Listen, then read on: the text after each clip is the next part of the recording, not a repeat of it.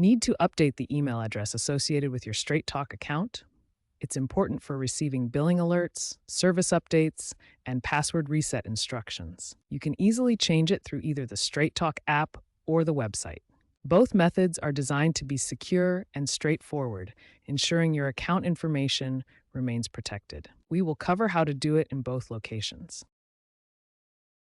Let's walk through the process.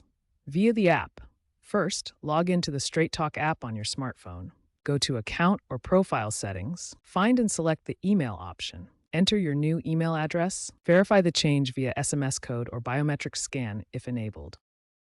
Via the website, first visit straighttalk.com and log into your account. Navigate to My Account, then Profile, and finally Contact Information. Update the email field and save the changes. Complete multi-factor authentication, MFA, such as entering a code sent to your phone. Remember to confirm the change, as Straight Talk uses encryption and logs changes for security purposes.